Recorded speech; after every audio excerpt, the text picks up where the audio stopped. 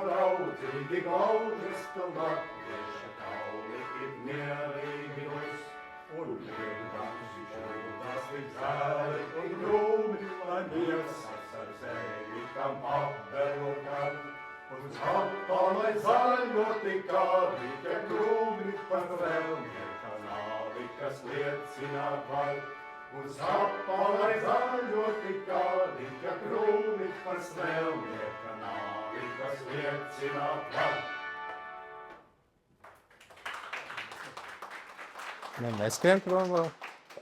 Jukuma vācieša Enguras folkloras kopa. Šie vīri šodien ir mūsu vidū. Jau vīri, toreiz jauni puiši. Un pirmkārt es gribētu iepazīstināt ar Māri Ošu, tobrīd Enguras skolas vēstures skolotāju, kurš ir aizsācējs šai kopai. Māri, varbūt dažus vārdus sveicinam. Mazvērtības komplekss mūsu skolās, jāsaka, tendē. Man arī 11. Rīgas vidusskolā krievu valodas skolotāja Vasilevska katru dienu pieminēja, ziniet, latviešiem jau nekāda varoņa nav bijuši, bet lielajai krievu tautai ļoti daudz varoņu.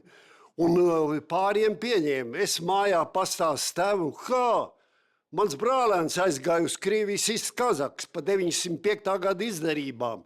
Pilnīgi pretēji. Viņš saka, bet tu skolā labāk nerunā, būs nepatikšanas un tādas. Mums tas lepnums, tā varēšanas spēja, viņi jau nekur nav zudusi. Viņi jāatjauno un jāuztur. Mēs zinām pašreizējos apstākļus sakarā ar Ukrainu un tam līdzīgi reiķināties, lai ir griba pretoties. Un tā ir no mazām dienām jāaudzina, kā varēja latvieši būt pretoties spējīgi daudz lielākam spēku, samēram pretī. Arī Otrais pasaules karš to pierāda. Teicam, kā darbojās mūsu. Un tas ir jaunajiem, tas lepnums ir vajadzīgs par mūsu tautas varēšanas spējām. Un tas jau nekur nav zudis pašreiz, kad, jāsaka, mums ir liela konkurence, jāsaka, ar iebraucējiem un jāsaka pārējiem, tad ir, kas ideoloģiski mēģinām mazināt šo lepnumu par savu tautu, par savas tautas varēšanas spējām pagātnē. Un ka tā būs arī turpmāk, kas ir nepieciešama nākošiem. Es domāju, ka katram mums uzdevums to saviem bērniem, mazbērniem turpināt stāstīt. Jā, es iepazīstināšu arī ar nākošo dalībnieku, Andris Balcers. Tas ir vienīgais no vilkiem, kurš šobrīd ir vilkos, bet vilku aizsākums ir meklējums tieši šajā Jukuma vāciešu Engurs folkloras kopā. Tātad Andris Balcers, jā? Jā, labdien! Tātad sveiciens visiem latviešiem tuvojušos latviešu svētkos, lielākos svētkos latviešiem, kas varētu būt. Tas ir pirmkārt jau Latvijas valsts izkarotāju svētki, uzvaras diena, 11. novembris. Jāsaka, reizi pārējot no vēstures uz mūsdienām, neiznāca man vairāk kā 5 vai 6 Saeimas sēdēs un komisijās piespiest mūsdienu šīs Saeimas deputāts, lai apstiprinātu latviešu uzvaras svētkus Lāčplēša dienu par svētku dienu oficiālo. Visās locīšanās, izvarīšanās, var savukārt jūtu, ka negrib. Lai arī argumenti bija pietiekoši, manuprāt, spēcīgi, bet šai Saeimai negāja cauri. Nekas, es teicu. Mēs vilki esam spītīgi, sitīsim cauri nākošā Saeimā. Tas par to. Bet jāsaka, pēc tam nedēļa vēlāk ir valsts dzimšanas diena, kas nebūtu iespējama un iedomājama bez mūsu karavīru uzvarām un cīņām. Nebūtu karavīru, dzimšanas diena būtu bijusi, pēc pāris mēnešiem nāc iekšā svešas armijas no visām pusēm un būtu mūs nožmieguši kā prusaks. Diemžēl, jeb par laimi, mums tas viņiem nesanāca. Mēs viņus paši padzinām uz visām pusēm, un tā ir, protams, cita vēsture. Bet runājot par ansambļa vēsturi, jāsaka, 1980. gadā, kad Māris Ošs dibināja šo ansamblu, to grūti, es domāju, teikt, cilvēki ir gados cienējumos, un atcerās tos laikus, tikko man bija iespēja noskatīties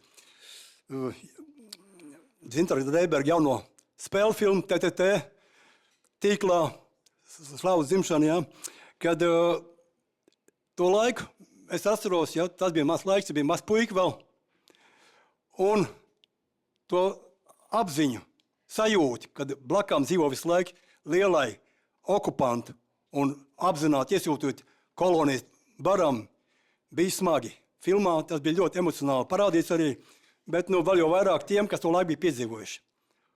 Un jāsaka, Māris to ansamblu dibinot, tieši tāda doma bija pretspara.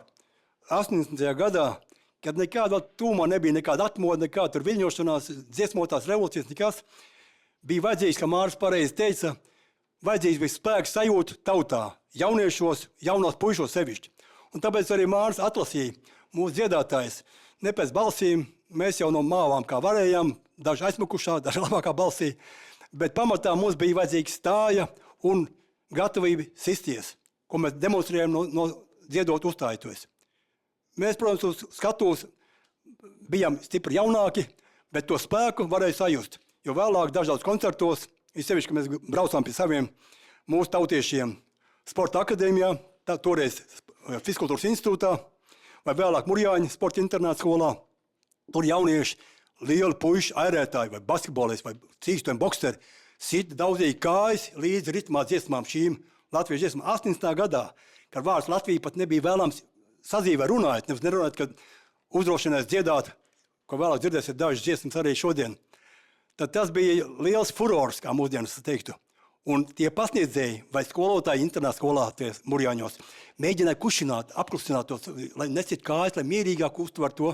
Tā tikai dziesmas, bet viņi neklausīja, un tur nācās pat brīžiem var pārtraukt, jo bija tiešām tāds revolucionārās tautas pašapziņas uzliesmojums, tāds sajūta bija tajā brīdī. Tā kā, tas ir tiešām, un varbūt Māris pateiks vēl dažus vārdus par tiem. Es domāju, iepazīstināsim tagad ar visiem dalībniekiem. Lūdzu, iepazīstināt ar sevi. Jā, Māris, labdien visiem. Žēl, ka tik mazā skaitā. Pasaka, kā tev sauc? Māris Lāzda. Un, jā, mēs patiešām bijām tādi moži zēni tajā laikā. Nodarbojāmies diezgan pamatīgi ar sportu. Un Māris jau mūs salasīja Jūrmalā treniņu laikā. Droši vien, ka kaut kur bija krūmos vērojis, ko mēs tur darām, kā mēs tur darām un ko mēs varam. Un tad nāca klāt un teica, zēns sports, tas ir fiziskais, tas ir baigi forši. Bet, vajag padziedāt arī. Un tā mēs, kas tur bijām, mēs piekritām, ka tāds bariņš un tā lēnām mēs te ap Māri sākām rotēt, un lēnām mēs virzījāmies tajā virzienā, kas ļoti, ļoti daudziem nepatika. Jā, tajā laikā vēl bija tas, ko sauc par Brežņeva laiku, un tajā laikā vēl Ivāns nebija uzrakstījis nekrologu viņam, kur mēs visi tagad zinām un lasām.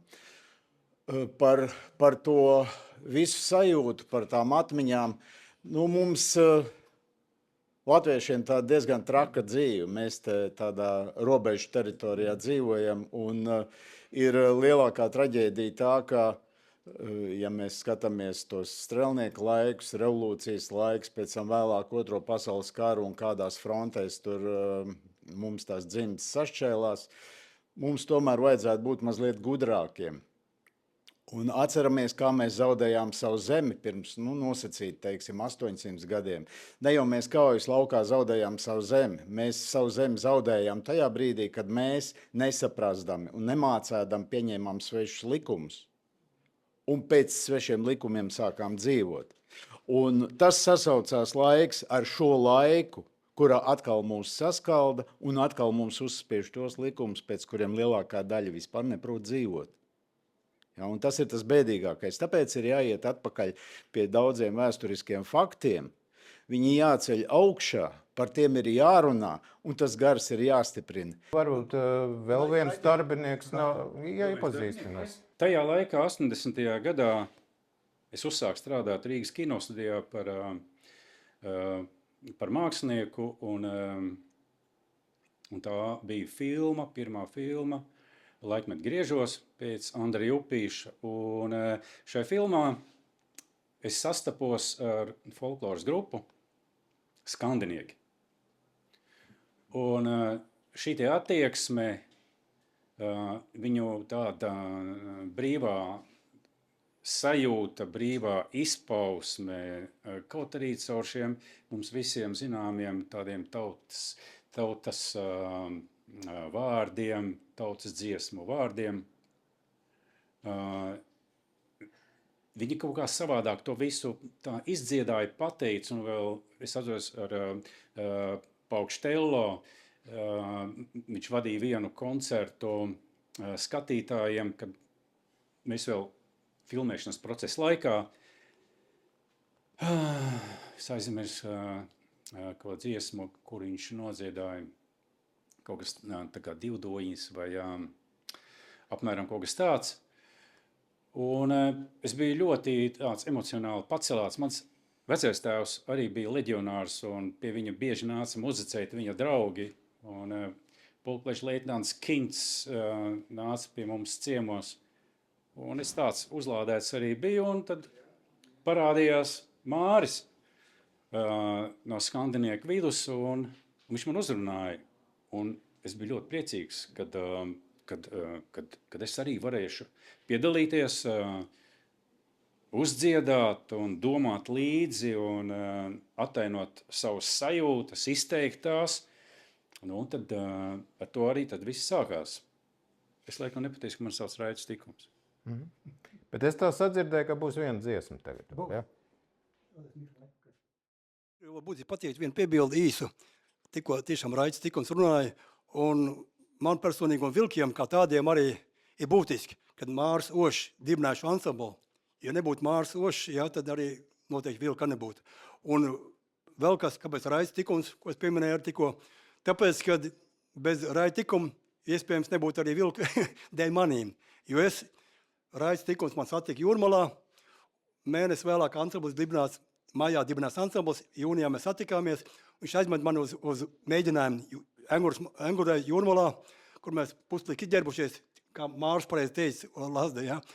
Trenējamies, vingrojām, sparingojām un arī dziedājām šīs dziesmas. Jo. Tā kā tie ir tā ķēdīti vēsturiskā ļoti būtiski. Paldies. Es vienu frāzi tomēr, vienu frāzi tomēr visu laiku nāk cauri tā vēstures stīga. Mums ir jādomā šodien par to ļoti, ļoti seno vēsturi. Un atceramies, tad, kad mēs ejam uz Brīvdabas muzeju, kas pa centrālo aleju, jūs zināt, kas tie par vārdiem tur tajā akmenī ir? Kurš zina, kurš paceļiet roku, kurš zina, kas tie par vārdiem? Ejiet biežāk uz etnogrāfisko Brīvdabas muzeju. Ja, variet pateikt, dāma tur, variet pateikt, kas tie par vārdiem? Laikam bija, kas pagātni vētī, tas nākotni svētī. Lūk, kas pagātni pētī, tas nākotni svētī. Un tāpēc mums ik pa brīdim ir jāatgriežās tajā pagātnē. Un varbūt netik senā pagātnē, kas saistās ar leģionāriem un Otro pasaules karu, mums ik pa brīdim parādās dīvainie cilvēki, kas saka, nu ko tas 16. marts, nu nekas jau tur nebija, nu labi, nu tas 15. un 19. Bet nekas tik un tā nebija. Atceramies, kas bija leģionāri. Leģionāri tie bija tie latviešu karavīri, kurus frontē neuzvarēja. Karš beidzās, bet frontē viņus nesakāva un frontē viņus neuzvarēja. Un tas ir ļoti, ļoti, ļoti jāapzinās un jāsaprot. Nav tā, ka, lūk, viņi tur pabeidz savas gaitas, un mēs tagad varam kā tādi teļi diet pļaviņā. Nē, mums ir ļoti daudz ienaidnieku apkārt. Un bieži vien to ienaidnieku mēs pat neatšķiram, jo viņi runā mūsu pašu valodās. Mums ir jāsaprot, kas notiek. Tieši tāpēc ir jāpēta atkal vēsture, jāuzdzied ik pa brīdim. Ko aicinu arī darīt? Un lai mums visiem kopā labi sokas.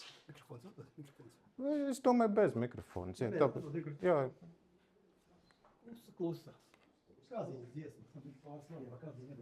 Pēc tam jā.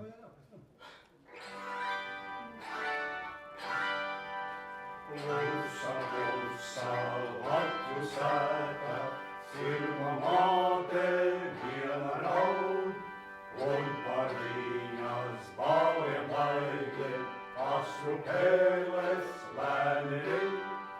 Latvijā, Latvijā, spīdes mums uzvara, kam kaudat jūs daļējās Latviju meičas sērojiet, pieminiet mūs.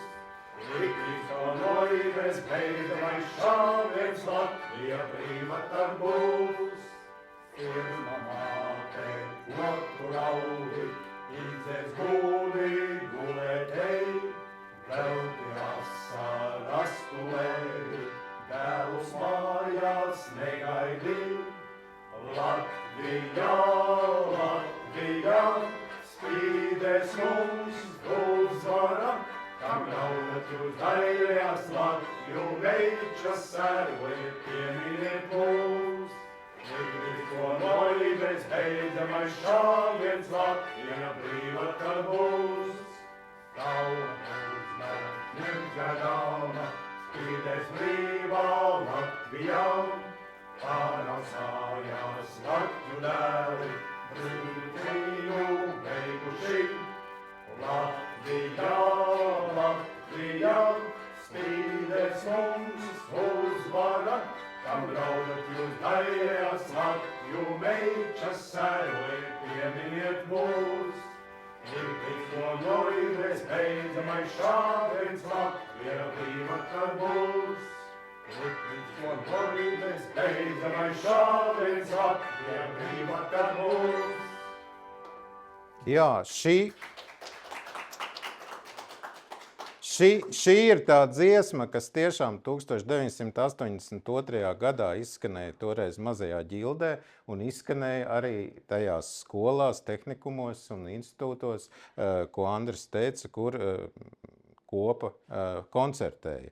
Bet stāstu par Kaziņu, kas ir persona Kaziņa, ja, Andris izstāstīs, jo visas šīs dziesmas, ko kopa savāca, tika ņemtas no konkrētām personām, teicējiem, no latviešu strelniekiem, un šajā gadījumā no Malvīnas Kaziņas, kas bija feldšera strelniekiem, ja?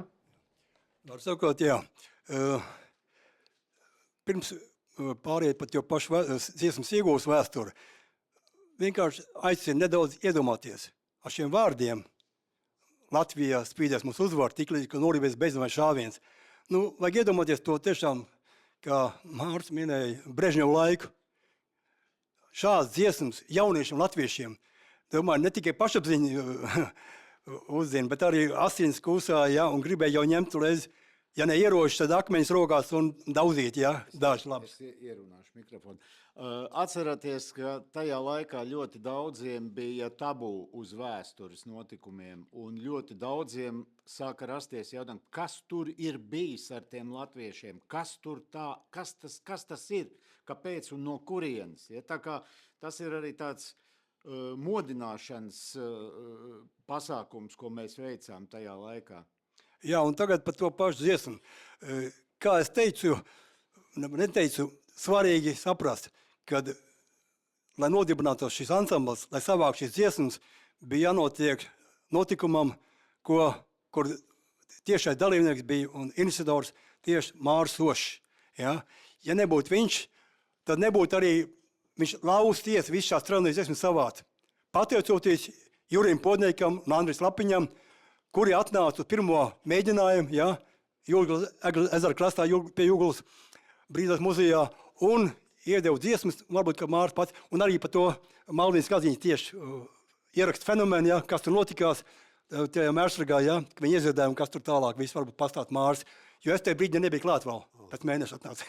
Nu, Andris Lapiņš un, jāsaka, Juris Podnieks sarunā, kad, jāsaka, es stāstīju, kad ir tāda grupiņa nodibināta, kas dzied latviešu karavīru dziesmas. Un tad uzreiz Podnieks teica Lapiņam, tieši tas mums vajadzīgs. Mēs apgādāsim jums ar strelnieku, kā saka, tērpiem.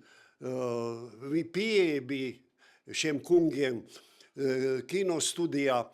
Un ar to jūs uzstājieties un paceliet to garu, kas ir nomākts, kur viens otru aprunā, skauž un tam līdzīgi. Vienkārši, lai paceļ lepnumu par to, kādi mums ir bijuši vīri. 1-10. Tā latviešu strēlniekam pretī stādīja Krievu armijas karavīrs. 1-10. To, jāsaka, Krievu zinātnieki ir paši publikācijās arī rakstījuši. Tagad par to pašu Malvīnas Kaziņas ierakstu, Mērsragā, kā dabūja ierakstu un kas notiek tālāk? Jā, nu, Mērsragā, jāsaka, mēs apciemojam tādu, Kaziņu uzvārdā. Un viņa šīs dziesmas arī pati bija vākus, un galvenais, kā palīdzēt šīm dziesmām skanēt sabiedrībā, kas ceļ garstāvokli, ceļ lepnumu par mūsu tautas varēšanas spējām. Nu, un nav, kā saka, nekāds lepnums. Man tēva brālēns Jānis Lācis, kurš vēl vai pagaidām ir 15 metrus no Hruščova kapa, Novaģevičs kapsētā, pie sienas bija komkor Janjanovičs Lācis, korpus komandieris Jānis Lācis. Un ar viņa māti Piebalgā, kad tikos, radinieki, viņš aizgāja uz Krievijas izskazaks pa 905. gada izdarībām. Tādi tie sarkanie latviešu strēlnieki. Un to saprast, ka tā ir atriebe pēc izdarībām mūsu šajā zemē, ko sauc par Latviju. Varbūt svarīgi ir tas pateikt, ka Malvīna Kaziņa nebija vienkārši dziesmu vācēji kā tāda. Viņa bija pati latviešu strēlniekos, viņa bija latviešu strēlnieku divīzijā, jeb Latdivīzijā leģendārajā, bija sanitārā daļā. Tur tālāk grāmatu parādīsim arī tur policijas latviešu karogiem par latviešu strēlniekiem, kur arī viņa fotografija kopā ar savu vīru, dzīvesbiedru Kaziņu ap divu sanitārajā grupā. Vēlāk, tagad. Un, ko man Hārs nepaspēja pateikt vēl, ko vēlāk no puišiem emocionāli uzzināja, ka šo dziesmu iedzīvot konkrēti šo tikko nodziedāju klus lasēt. Spīdēs mums uzvara. Viņai kaut kur atmiņā ieplēksnīja, atcerējās, sieviņa bija gados, un viņa arī, tā teikt, grupas dalībnieku rokās arī aizgāja. Sauc ātrā palīdzību, bet viņa bija sirsnieka aizgājusi. Ja? Tā kā tāda traģisks notikums, cik skatāmies arī podnieku filmu, Strēlnieks zvaigznājs un Slapiņa, ja? Tad tur redzams, kad brauc otro reizi jau kino vīri ciemos pie kāda strēlnieka, un tad māmiņa jau raudoši saka, nē, diemžēl jau strēlnieks ir vecais vīrs ir aizgājis pie saviem cīņu biedriem viņa saulē. Tā kā laiki bija skarbi, sadzīvē, gan arī tiem vīriem sevišķi, kas bija gājuši vairākiem kariem cauri. Un, bet paldies Dievam, podniekam un Slapiņam, paldies Dievam arī, un paldies Mārim Mošam un ansambļu puišiem, kas izdevās mums savākt tās dziesmas pie strēlniekiem. Kā mēs tās dziesmas savācām? Slapiņš un podnieki nenobijās. Viņiem komitejā, kur viņi dabūja finansējumu priekš šīs filmas par sarkaniem strēlniekiem pēdiņās. Jo strēlnieki visi ir. Viņi nebija sarkani, balti, viņi bija strēlnieki. Viņi nebija ne balti, ne sarkani, ne zili. Viņi bija tieši latviešu strēlnieki. Tas svarīgi ir. Un pēc tam viņi nenobijās un iedeva adresi. Jo viņiem piekodināts, ko viņi dabūjuši no revolūcijas muzeja tajā laikā, adresi strēlnieku tikai priekš filmas izmantot. Viņi iedeva ne tikai adresi, bet arī, kā Mārs teica, apģērbu, strēlnieku cepurs un labi vēlējam, lai mums izdodas zēne. Ja, tas ir būtiski. Un pēc tam Māris, viss šīs, ko mēs tagad dziedam, un vēl daudz citas dziesmas, ko nedziedam šodien, ir savāds. Es ar viņiem braucu līdzi palīgā, puiši brauc palīgā, savācam atmiņas un dziesmas, un laidām tautās tālāk. Tā Andris nenosauca, ja ir interesi kādam, tad filma saucās Strēlnieks zvaigznājs. Es domāju, ka daudz ir noskatījušies, bet pārlūkojiet vēlreiz.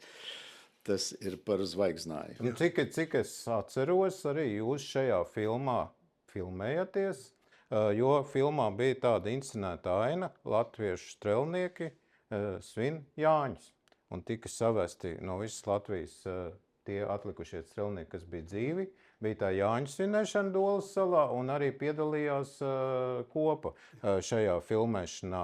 Un man ir jautājums vīriem, kas bija tās īpašības? Kas jums palika atmiņā no strēlniekiem? Jo es esmu lasījis arī Andra intervijā, ka strēlnieki bija tie, kas savienoja Rīgas pašpuiku bravūrību ar zemnieku pamatīgumu. Ja? Bet kā jums tie strēlnieki, kādas īpašības palika atmiņā no viņiem? Mazliet īsi. Man senči ir no Dolas salas, un tāpēc man tas pasākums Dolas salā, protams, ļoti, ļoti patika. Par streļķiem. Jā, tur bija Grīziņkalna puikas, tur bija Čekurkalna puikas, tur bija, protams, arī vesela virkne puiši no dažādām Latvijas vietām.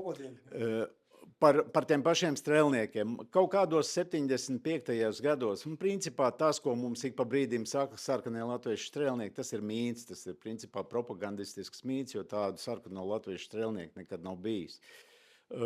paši, tad, kad mēs runājām ar šiem strēlniekiem, viņi par to smējās. Viņi teica, nu nekas tam līdzīgs nav bijis. Nu, katram bija savu vēsturi, kā viņi nonāca militārajos formējumos, ļoti daudz aizbrauc bēgļu gaitās, un tad, kad Krievijā sākās diezgan nepatīkama ekonomiskā situācija, ko izraisīja lielnieki, sākās bats, nu kur tad jaunie puikas liksies? Viņi, tad, kad padzirdēja, ka kaut kur ir strelnieku bataljoni, viņi teica, iesim pie saviem puikām. Un tā viņi arī turējās kopā. Jā, par to daudzonību. Daudzonība, nu, ko tas nozīmē daudzonība? Ja tā nebēdnība, tas dzīves prieks arī visās šajās skarbajās situācijās, tas bija neizdzēšams, bet es domāju, ka tas ir raksturīgs visiem cilvēkiem. Un, ja mēs lasām to savu folkloru, tad mēs skatāmies, latvietis vispār pēc dabas ir tāds stingri priecīgs cilvēks. Ja? Viņš, tā kā latvietim nāve ir pieradināta, tad viņš arī prot to nāvi, ar to nāvi pāmpelēties un pieņemt. Un toreiz Dolas salā varēja redzēt, ka tie vīri, kuriem daudziem jau bija kaut kādi gadi, nu pie 70 pāri, 80 jau vēl vairāk, tad tu redz to dzirksteli, kas viņiem ir acīs, un tad viņi aizpeld tajās senajās jaunības dienās, atcerās un var redzēt to dzirksteli, jā, to prieku, un tad viņi izstāst, kā viņi tur darījuši, ko tur. Protams, viņi kultūras dzīvi savā vidū uzturēja, viņi dziedāja, viņiem bija sporta pasākums, sporta aktivitātes, ja kaut kur izdosies redzēt, viņi vingroja ļoti daudz. Tā kā tie bija puikas, un, protams, satikām arī Evaldu Valteru. Nu, tas bija Ziķers puika. Līdz galam Ziķers puika, Eduards Pāvuls. Ja, un tie ir tie cilvēki, kas to var īsi runāt. Viņi nemīlēja tādu liekvārdību. Nebija mūsdienu politiķi. Bet tad, kad pateic, nu, tur bija tā, ka sēž. Labi. Nu, skolā centās iedzīvināt mazvērtības kompleksu latviešos. Man, piemēram, krievvalodas skolotāja Vasiljevskai katru dienu mēdz pateikt, nu, ziniet, latviešiem jau nekādi varoņi nav bijuši, bet lielajai krievu tautai ļoti daudz varoņu. Jūs saprotiet, ja mājās nestāstīja vecāka aiz bailēm, ka neizved, tad ko tad pārņēma cilvēki? Nu, es iekšēji smējos, jo mans, jāsaka, tēvs, kad es to pastāstīju, teica, bet mans brālēns aizgāja uz Krievijas izkazaks pa 905. gada izdarībām. Un tagad arī, nu, acīm redzot, viņš ir Novaģevičs kapsētā pie sienas, korpus komandieris Jānis Jānovičs Lācis. Viņš 15 metrus no Hruščova kapa pie sienas, bet 37. gads, bīstamais gads, kad, jāsaka, tika iznīcināti par piederību latviešu nacionalitātei. Viņš tika abēdīts ar militāru godu, man mājās ir izraksti no Praudas un tam līdzīgi pogib Jāni Jānoviču Lācis. No Piebalgas liels tas bērs, nu, acīm redzot, ar tējas vai kafijas palīdzību. Aizgāja 40 gados tālo austrumu karaspēka komandieris arī pie reizes bijis. Un tāda notika tā izreikņāšanās ar tiem strelnieku slavastiem nesējiem. Es sapratu, tagad dziesma. Jā, kas skaitīja galu galā? Atskaitēja nekaroti cīņu gaitā strelniekami, kas skaitēja nekaroti cīņu gaitā strelniekami, kas skaitēja nekaroti cīņu gaitā strelniekami. Meitus deva saules bručas saimniece salda pienu, meičas deva saudas bučas saimniece salda pienu, meičas deva saudas bučas saimniece salda pienu. Pārstaigāju Krievu zemi, noviksētiem zābakiem. Pārstaigāju Krievu zemi, noviksētiem zābakiem. Pārstaigāju Krievu zemi, noviksētiem zābakiem. Lodes krušu Somijai, apelsīni kalpatāji. Lodes krušu Somijai, apelsīni kalpatāji. Lodes krušu Somijai, apelsīni kalpatāji. Iejostīņas asmenītis, vērpekītis mugurāji. Iejostīņas asmenītis, vērpekītis mugurāji. Iejostīņas asmenītis, vērpekītis mugurāji. Atskaitēji nekaroti cīņu gaitā svēlniekami, kas skaitēja nekaroti cīņu gaitā svēlniekami, kas skaitēja nekaroti cīņu gaitā svēlniekami. Es Izskaidro, varbūt visi nezin, kas tas ir. Nu, paskaidro. sapratu, ka jūs ar kādu vārdu gribējāt teikt. Kā jau teicu, mana bērnība saistījās ar manu veco tēvu, jo kā jau pensionārs, un es kā skolnieciņš, mēs bieži bijām kopā, un viņš ļoti daudz muzicēja.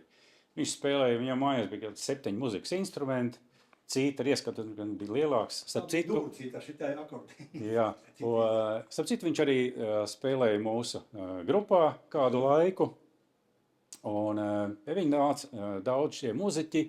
Un es biju pārsteigts jau pēc tam, kad mēs pie Māra dziedājām, cik daudzas dziesmas, ķemeru miestiņā, piemēram, un vēl vairākas, es taču atceros, ka mēs taču mājās kaut kā pavisam savādāk dziedājām. Bet tur tā lieta, ka strēlnieki visām zināmajām dziesmām piemēroja savus vārdus. Attiecīgi šeit tēmai, situācijai un tā tālāk. Nu, Un par šo dziesmu es arī sapratu, ka gribat mazliet paskaidrot, ko nozīmē mērkaķītis, ko nozīmē mērkaķītis, visi apelsīni. zina, vai ne? Nu, es Esat redzējuši nezinu. kādreiz mugurssomu strēlniekiem. Viņi tā drusku spalvēni bija. Tas gan nebija no mērkaķādas. Tā bija teļāda. Friču trofeja, jā. Un Un apelsīni. apelsīni, protams, visiem zināmie. Es domāju, ka visi nezinu, Rokas kas... granātas. Jā, Filmiņš rupis, granātas. Rīgā saistīts. Apais melns, Tieši tā. nu, līdzīgs apelsīniem, tikai sapuvuši melns ir, ko cienē vācieši. Asmanīts, durklis, ko vēl likt tūkciņā, ejot pie šautienes, tā kā, nu... Un īstenībā mani piesaistīja arī turpināt, un man ļoti patika nākt uz šiem mēģinājumiem. Pirmkārt, tie bija mani vienaudži, un man patika, ka mēs dziedam bišķiņ to, ko nedrīkst varbūt tā dziedāt publiski. Nu, kā jau jauniem cilvēkiem bailes nav ne no kā, un varbūt tāpēc, kad arī neizprat to situāciju tā līdz galam. Bet man patika šīs dziesmas, melodijas, un katru reizi nācu uz mēģinājumu, Māris jau saka, mums ir jaunas 2 dziesmas. Vienīgi akali jāmācās. Nu, tur tā nu bija, kā bija to mācīšanos, bet nu, daudz maz visas zina. Tās, ko mēs... Es sapratu, ka 1982. gadā ne visiem tā jūsu dziedāšana ļoti labi patika. Jā, tas tā ir, es Jo- atceros Grīziņkalnu.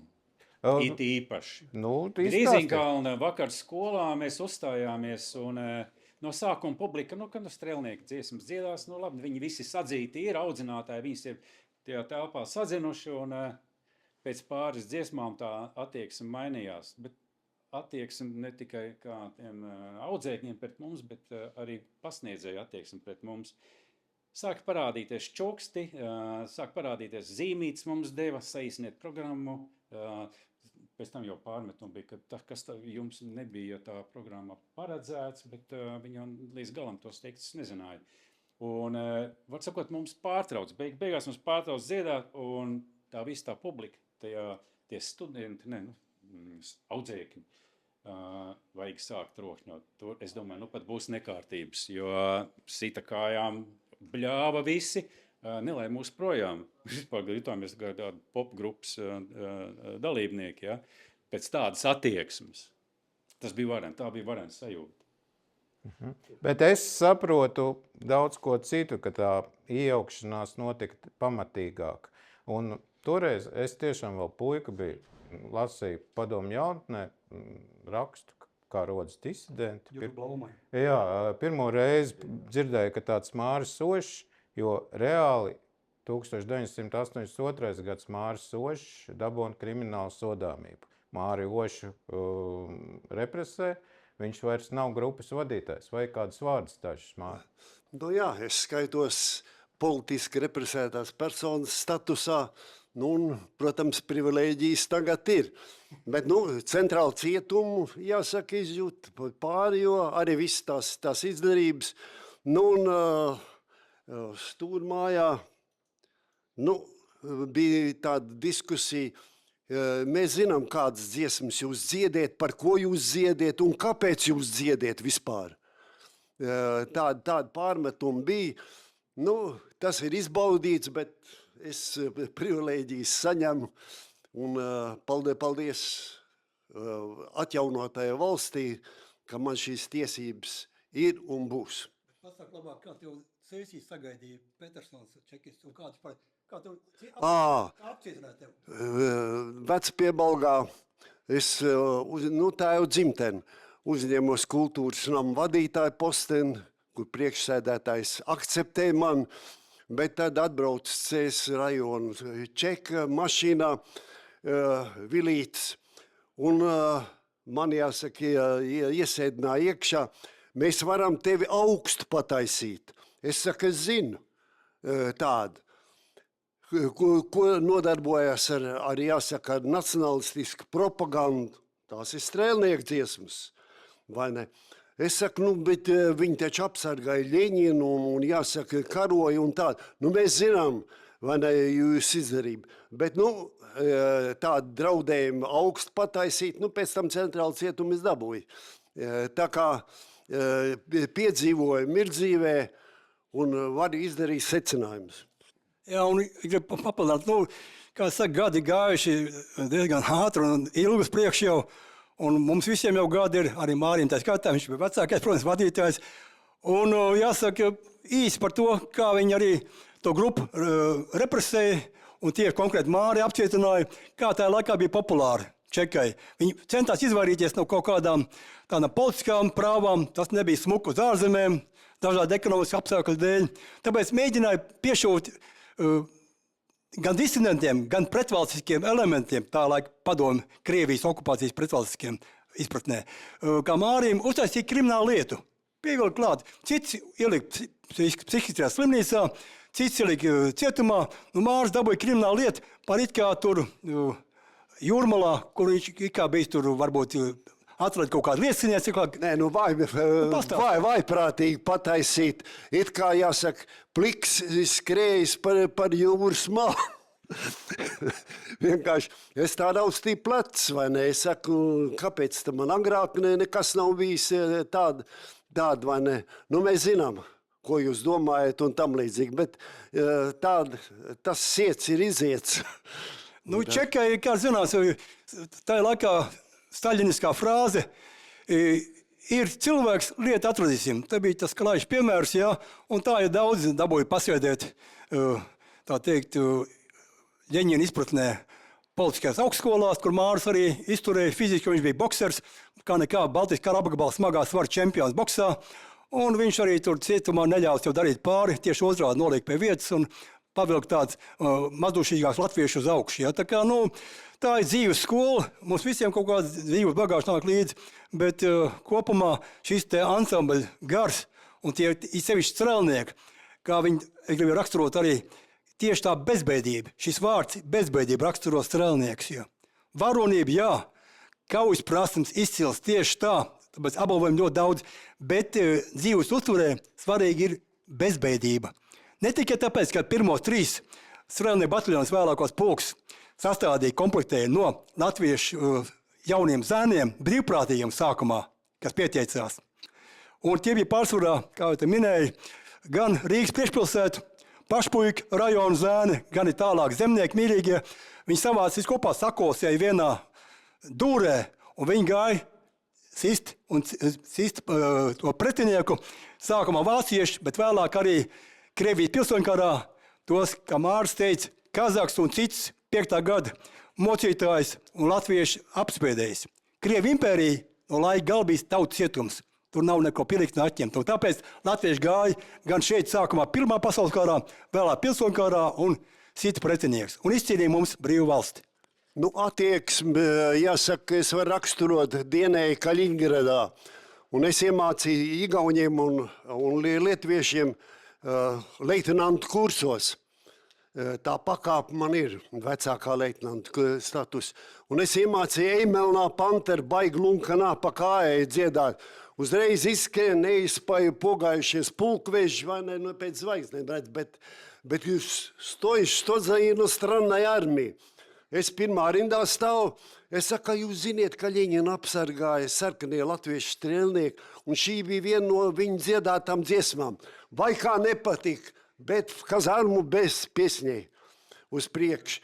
Tā kā tādi piedzīvojumi man pietiekoši uzturēja paša garu, un arī apkārtējiem devu to garu noskaņojumu. Un puiši šo garu saglabāja arī pēc tam, kad norepresēja Māriošu, iepazinās ar Bērtuli Piziču, tolaik Dailes teātra aktieri, vēlāk direktoru, un Dailes teātrī Bērtulis Pizičs uzņemās grupas vadību. Mazliet pamainījās stils. Ja? Puiši nodziedās arī Nāc uz nāves salu, kas ir Bērtuļa Piziča tādā manierē vairāk dziesma.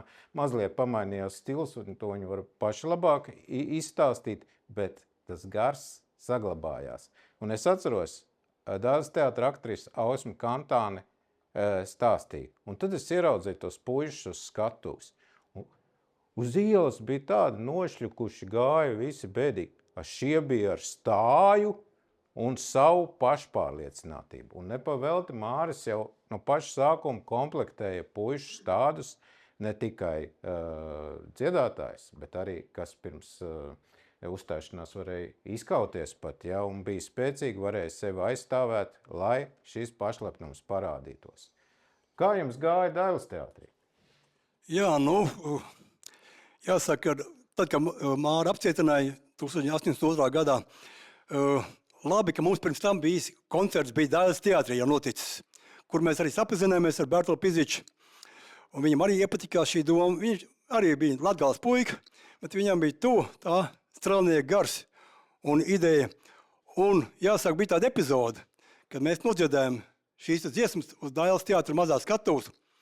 Tad pēc koncerta mums Dailes teātra jaunās aktrises tajā laikā, tā pašā Ausma Kantāne Mirdza Martinšona krīt ap kaklu un teica, ko teica, mēs pirmo reizi redzam uzstājamies latviešu vīrieši. Pēc tā stājas, ko Ritvars tikko minēja. Tas nebija pašmērķis, bet tas bija mērķis, lai jauniešos, es sevišķi vīriešos, pacelt to garu un likt saprast, ka dziļā okupācijas laikā latvieši ir bijuši vareni un būs vareni, un to mēs centāmies no skatuves dot. Bet runājot par ansambli tālāko gaitu, tā kā Māra apcietināja, Bērtulis paņēma to vadību, mēs tur palikām daži puiši tikai, vien puisis parāva armijā jaunāko, viņš ar bēguļoju, arī cietumā dabūja pasēdēt dēļ tā, ka viņš bēg no Krievu armijas. Es arī pats patēloju, bija cīkstons bijis, man bija muguru sačakarēt, un es bišķi pietēloju atkal un tika hospitālī, un dabūju atbrīvojumu, jo zināju, tajā laikā, ka viss vāks meklēs iespēju sūtīt uz kādiem ļoti neizdevīgiem rajoniem dienēt. Tur būs atkal iespēja viņas kaut kā fiziski iespaidot, bet arī novākt iespējams, jā, kā Mārim jau draudēja savu laiku. Tā kā bija tāds, kur varēja pamuka tajā laikā no tādas čekas uzmanības, bet Bērtulis paņēma vadību, un es tajā laikā arī viņu turpināju pēc iznākšanas uz hospitāļu. Vēl tur puiši, kas nav klāt šodien atbraukuši, diemžēl pārceltā darbdiena šodien ir. Un jāsaka, tiešām Bērtulis, kā būdams aktieris, paņēma bišķi to citā rakursā. vairāk tā poetiski, teatralizēti, nedaudz neuzspēlēt kaut kā pašdarbību teātra līmenī, bet tā, vairāk tā kā dvēseliskāk, kā viņš pats bijis cilvēks arī būdams. Un mēs paņemam arī, mums arī Māra laikā skaidījām latviešu strēlnieku, dzejnieku dzeju, tautas dziesmu skandējumu piemērots starp, bet Bērtuls vēl vairāk paņem to tādu uzsveru uz tādu poetisko virzienu. Arī dziesmu atlasē tāds sirsnīgāks, kaut kāds dziesmas paņēma vairāk akcentēja. Everģēlīgā. Varbūt everģēlīgs arī var teikt tā. Bet arī tas Čekai, tā teikt, okupācijas varas galvenām sargsunim nepatika, protams. Un arī Bērtulim sāk pamazām masēt, viņu spiest un šantažēt, un beigās jau tā, kad mēs nepadāvājamies, mēs jau koncertēšām vairākās skolās ar Bērtulu arī, protams, pa Latviju visu.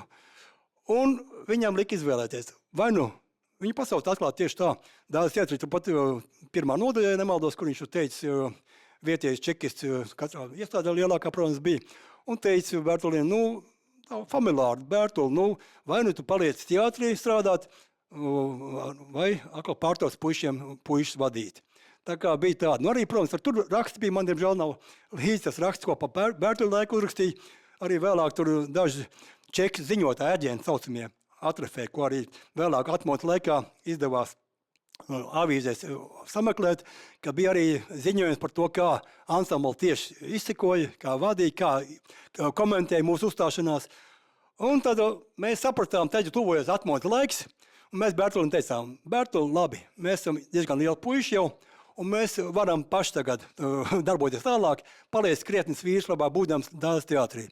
Un mēs tālāk jau nodibinājām Liepavotu, tas bija 1986. 87. gads, pirmie jau tāda tautas manifestācijas Rīgā bija, un mēs palikām pa Liepavotu, dziedājām, nāca sastāvs mainījās, es paliku viens no pirmā ansambļa, atkal un pienāca puiši klāt, folklorists vairāk, un dziedājām Liepavotā jau vairāk jau tāda atmodas laika dziesmas, jau arī leģionāra dziesmas parādījās, ko pirms tam nevarēja dziedāt, un tā tālāk jau līdz vilkiem. Tas tā īsumā. Šī ir pirmā uzstāšanās visā manā zināmajā vēsturē, kur tik daudz tiek runāts un tik maz tiek dziedāts. Nāc uz naudas sali, ja? Mums gara bagāža, tāpēc ir mums, ko muldēt vēl ilgi, bet mēs labāk dziedāt. Arī ne tikai Bērtuļi, bet arī tavu mīļākā dziesma. Tieši tā, es nevarēju sagaidīt. Tā reiz būs. Nāc uz naudas salu, kur tev gaidīšu, un pie raķešu gaismas saldis kūstīšu. Nāc uz naudas salu, kur tev gaidīšu, un pie raķešu gaismas saldis kūstīšu. Un pie raķešu gaismas saldis kūstīšu. Dzīvas tavas acis, skaidra tava sirds, sāti tavi maigi, rožu lūpiņas. Dzīvas tavas acis, skaidra tava sirds, sāti tavi maigi, rožu lūpiņas. Saula pusnakts pāri, zēns jau kaujā krīt, un pie roka krusta meitenes gauži raud. Nav vēl pusnakts pāri, zēns jau kaujā krīt, un pie roka krusta meitenes gauži raud. Nāc uz naudas salu, kur tev gaidīšu, un pie raķešu gaismas saldis kūstīšu. Nāc uz naudas salu, kur tev gaidīšu, un pie raķešu gaismas saldis kūstīšu. Un pie raķešu gaismas saldis kūstīšu.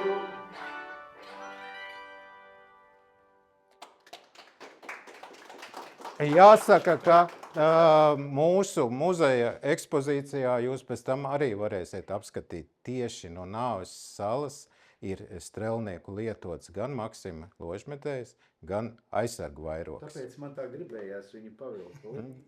Jā, Var jau sēž viens ļoti Nāves salas, un ne tikai latviešu karavīru strelnieki, ja, izpētes vēsturnieks, ļoti, gan tiešā veidā, gan papīriem, arhīviem sevišķi ļoti smagi strādājis ir. Bet arī tieši Nāves salā mēs esam kopā ar Jānu Hartmanu, Ikšķelieti, ja, ļoti aktīvi tur kopuši Nāves salu, un Jānis vispār ļoti, ļoti aktīvi šajā jomā. Tā kā, viņš jau tos eksponātus arī mums nodeva.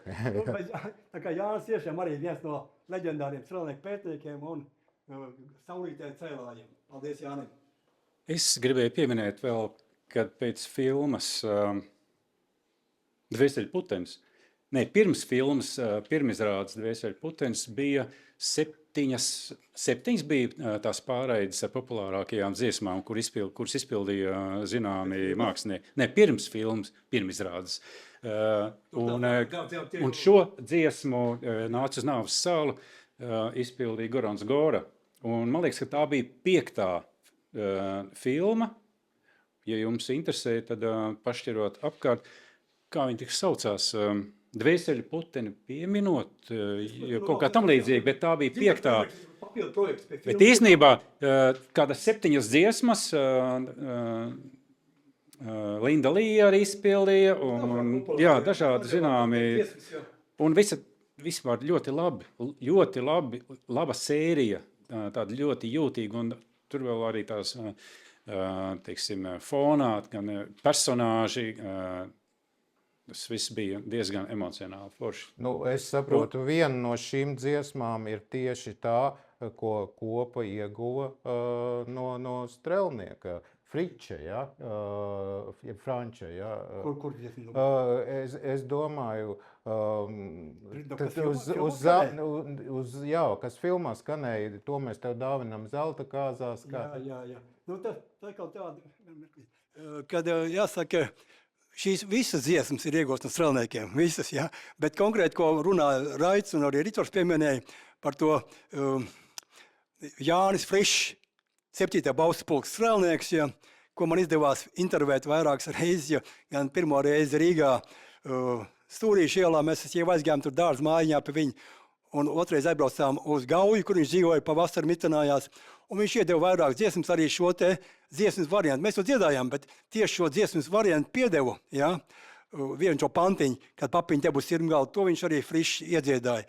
Bet jāsaka, kas lai kurš Raits minēja, vai Māris, neatceros, laikam Māris, Lāzda Māris, kad, Raits teica, ka viņam tur vectēvs bija dziedājis leģionā, un strelnieki ir savādāk. Tā ir mūsu tautas bagātība. Paskatāmies dainās.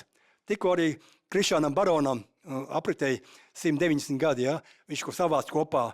Un sapcīt arī apmēram 36, 37, neatrot no galvas, es kādreiz tajā laikā, kad mēs darbojamies 80 gados, speciāli gāja cauri visām dainām, meklēja šifru 190i kodu, kuras ir savācis un kuldīs apkaitnē, kā puikas būdams un Jukums Vācietis, mūsu ansambļa patrons, ja, 5. zemgāles pulka strelnieku komandieris pulkvedis. Viņš bija savācis puikas gados un aizsūtījis personīgi gan uz Jelgavu, gan Rīgā Krišānam Baronam. Un iekļuvu iekļuvām dainā, kā saka, es precīzi to nepateikšu, man ir izrakstīts ārā tās dainas, ko viņš savācis ir. Un tas ir būtiski, ja, kad tiek karavīri, tie komandieri sevišķi, ja, inteliģenti, kas gāja no latviešu vidus, jo viņi saprata to latviešu tautas kultūras nozīmi un fenomenu. Un tāpēc mēs skaitā nelieli spējam darīt gāzt tik liels kalnus, jo gan ar drosmi, gan ar kultūru, kas atšķirās no citām tautām, tomēr ļoti spēcīgā veidā. Es tagad iespraukšos. Sīks cieciņš Latviju sēklas, citas tautas 100 pūru, lai bija sīks, graudi bija 100 pūra atsvēruma. Kinodarbinieki Juris Podnieks un Andris Slapiņš. Ar viņa atbalstu mēs dabojām gan strēlnieku tērps, viņi izgādāja, jo toreiz bija etnogrāfiskā brīvdabas muzejā, es dziedāju te ansamblī un, jāsaka, pēc koncerta Slapiņš pienāca, Juri Podnieki pie manis, vai ne, un teica, kad es teicu, kad ir nodibinājies vīru kolektīvs, vai mēs tūlīt dabūsim no kinos studijas jums karavīru tērpus, vai ne, atbrauc, tātad viņi tiešais atbalsts, lai varētu uzstāties, vai ne, un jāsaka, viņi paši ir ieguldījuši latviešu kultūrā daudz, bet tas, ka viņi tiešais atbalsts bija mūsu karavīru ansamblim, par to viņiem abiem paldies. Un tagad vēl viena dziesma. Karavīri, karavīri. Karavīri, karavīri, šodien ejam līksmi vēl. Varbūt rītu jau šo dzīvi beigsim, teiksim ar Dievas. Brašie zēni ar uzvaru spožu, lai atskan dziesmas un viļņojas gaiss, kas griež grūtis pret naidnieka varu un par dzimteni asinis lej. Tavu mārus dievgabali vēstā jaunu dzīvu mums. Božvetēji tik traktāli dievums jautri biedri mums. Brašie zēni ar uzvaru spožu, lai atskan dziesmas un viļņojas gaiss, kas griež grūtis pret naidnieka varu un par dzimteni asinis lej. Vai ciema vecās meitas visu mūžu mīlējam, mums ir bintenes un fleitas, tās sev līdzi nesājam. Brašie zēni ar uzvaru spožu, lai atskan dziesmas un viļņojas gaiss, kas griež grūtis pret naidnieka varu un par dzimteni asinis lej. Mūsu dzīves ir zaļa, šodien visa jātukšo. Reitu lodes vilpes skaļa, krūtis smoki izpušķos. Brašie zēni ar uzvaru spožu, lai atskan dziesmas un viļņojas gaiss, kas griež grūtis pret naidnieka varu un par dzimteni asinis lej. Tuvojās valsts svētki un tādu novēlējumu varbūt no kopas, ko vīri uz svētkiem grib pateikt. Tik daudz muldēt šodien. Varbūt īsi. Labi, ja tev nav ieskrējis. Man ir, es pateikšu, bet īsti mēģināšu, jā. Bez gari ievadiem žēl. Te neesam mēs daudz, es teicu, bet nav skaitā liela mūsu pulki. Liels ir viņu brīvais gars, mūsu un jūsu un visi latvieši. Un tāpēc latvieši, uz priekšu latvieši, un galvenais arī, ka Māris minēja, atceramies savējos. Atceramies un nedarām viņu piemiņai kaunu. Atceramies un uz priekšu latvieši. Jā, un atceramies, ka mums būs apkārt cilvēki vienmēr, kurus vajadzēs uzpurināt. Tad acis vaļā un uzpuriniet tos, kuri ir mazliet sašļukuši uz priekšu latvieši. Par cik es Latvijas skolu sistēmu labi pazīstu, jo esmu beidzis ģeogrāfijas fakultāti un strādājis par skolotāju daudzās, kā saka, skolās, arī krievolodīgās skolās. Un tomēr tas mazvērtības kompleks bija jūtams, jāsaka, no tiem audzēkņiem iedresēt. Katram jums ir iespēja tiekoties, veidot šo lepnumu par latviešu karavīriem, jo Krievu, kā saka, zinātnieks ir izpētījis, kad latviešu strēlnieks attainoja 12 Krievu karavīrus. Tas ir viņa kaujas spējas vērtējot cīņas pie Maskavas, pie Orlas un tam līdzīgi. Un šīs lepnuma sajūta, ko deva man stāvu brālēns Jānis Lācis, Kremļa apsardzes priekšnieks, un jāsaka, Vēl joprojām, laikam, Novaģevičs kapsētā, tur viņš ir pie sienā aizvadīts jau tajā baigajā 37. gada pavasarī. Un man ir izraksti no Praudzes, es jau teicu, jāsaka, kur pogib Jan Janoviču Lācis no Piebaugas, apglabāts ar militāru godu. Bet tos vēlāk, 37. gada rudenī, tos ar militāru godu neapgādāja. Nomet, jāsaka, un bez kaut kādām piemiņas, jāsaka, domā. Dziedam.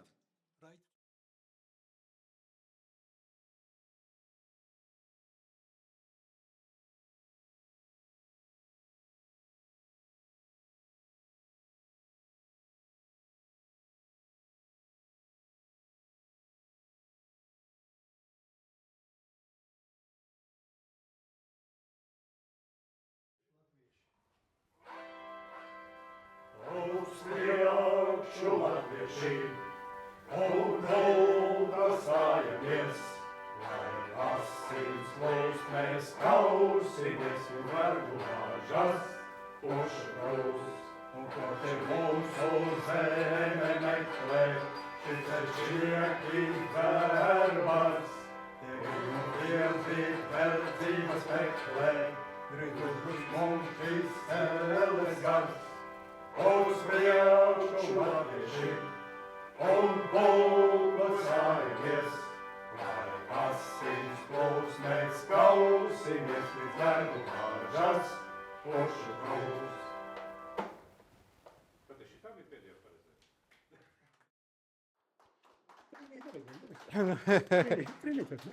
Nu, tā kā sestdienas vakars šokar ir, es domāju, ja publika vēlās. Uz jūsu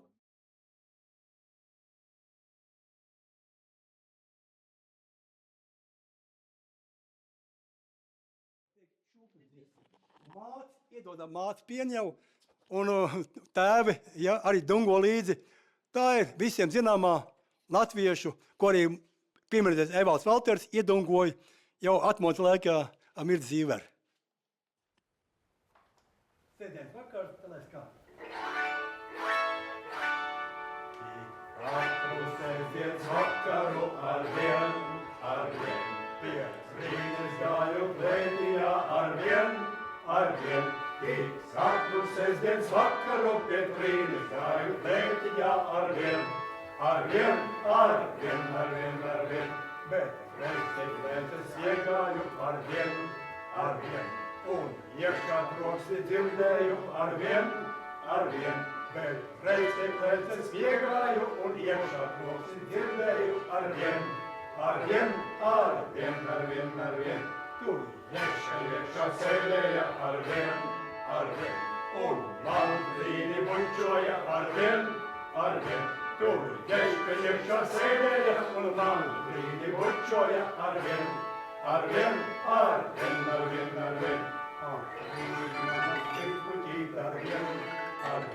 Tu solieties mana būt arvien. Mīļi mana sirds puķīt, tu solieties mana būt arvien.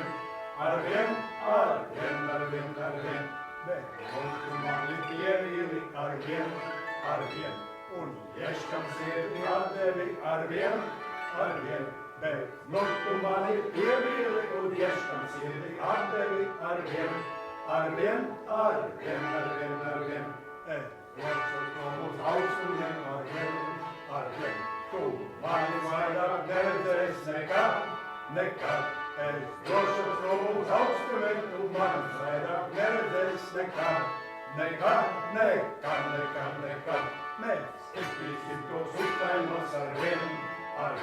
Pēc tam tos dzīvot pelēkos arvien. Mēs izpīsim tos uztainos, pēc tam tos dzīvot pelēkos arvien. Lai Latviju saule nenoriet nekad. Lai Latviju zobens nesarūs nekad. Lai Latviju saule nenoriet, lai Latviju zobens nesarūs nekad. Nu, gan, paldies. Bet, reku, šitien ir tāda fotoalbums, jā, ko izdevās ar Vilkiem man jau labu laiku atpakaļ, 2013. gadā sastādīt. Es arī, protams, tāpēc pateicoties tam tikai, ka Māris izveidoja to ansamblu. Un te ir nedaudz arī ievadājis uzrakstīt par to vēsturu ansambli, bet pamatā mēs skolās dāvinām šīs grāmatas par brīvu, protams, un augstskolās, kur braucam ar Vilkiem koncertēt.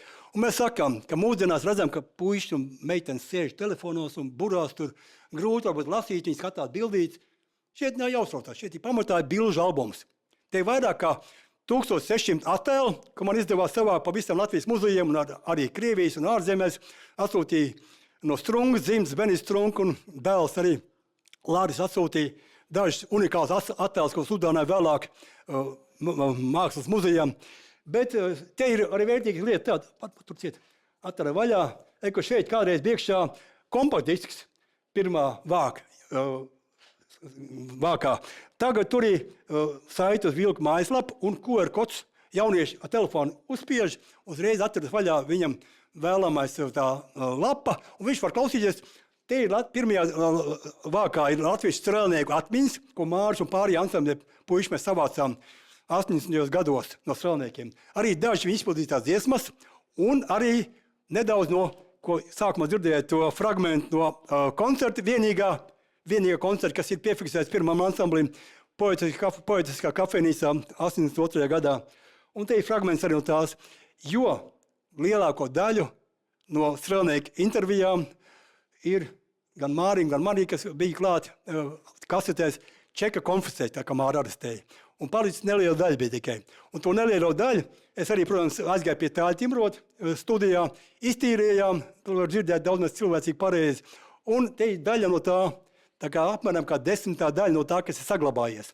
Savukārt pēdējā lapiņa, ko šeit ir arī QR kods, Vilku iedziedētās tikai 33 strēlnieku dziesmas, no viss vairāk kā 100 pār dziesmām strēlnieki izlas var tikt tādu. Arī QR kods ar saite, bet arī titulapiņa, kur mēs šodien gribam, titulapas ir vaļā, mēs šo grāmatu, mēs gribam uzdāvināt šim te lieliskam muzejam. Mums ar Vilkiem bija tas gods mājā atbraukt šeit, iepazīties, padziedāt arī, un gribam uzdāvināt muzejam no tieši šī te Vilku cēluma ansambļa Juku un Vācieši ar mūsu parakstiem arī. Lai paliek muzejam tāda vēsturisks brīdis no šīs te vēsturī atmiņu stāstījuma koncerta lekcijas. Paldies, Ritvara! Paldies! Paldies visiem, kas atnāca! Paldies jums!